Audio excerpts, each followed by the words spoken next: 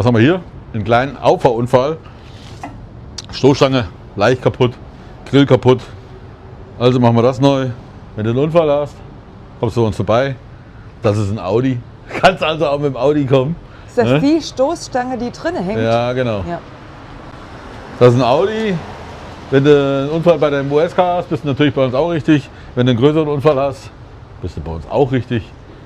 Hast du Mist gebaut, kommst du bei uns vorbei. Wir richten den Scheiß. Und danach hast du wieder richtig geilen Scheiß. Euer Tom. Und wenn du Bock hast, kriegst du noch ein paar Felgen dann verpasst. Und ein paar schöne Dings. Wenn noch ein bisschen Geld übrig ist, dann pimpen wir dir die Karre gleich auf. Oder wir machen sie einfach wieder so, wie sie war. Im Originalzustand.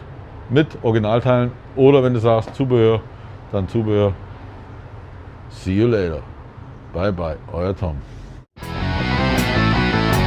Wanna see the Reaper?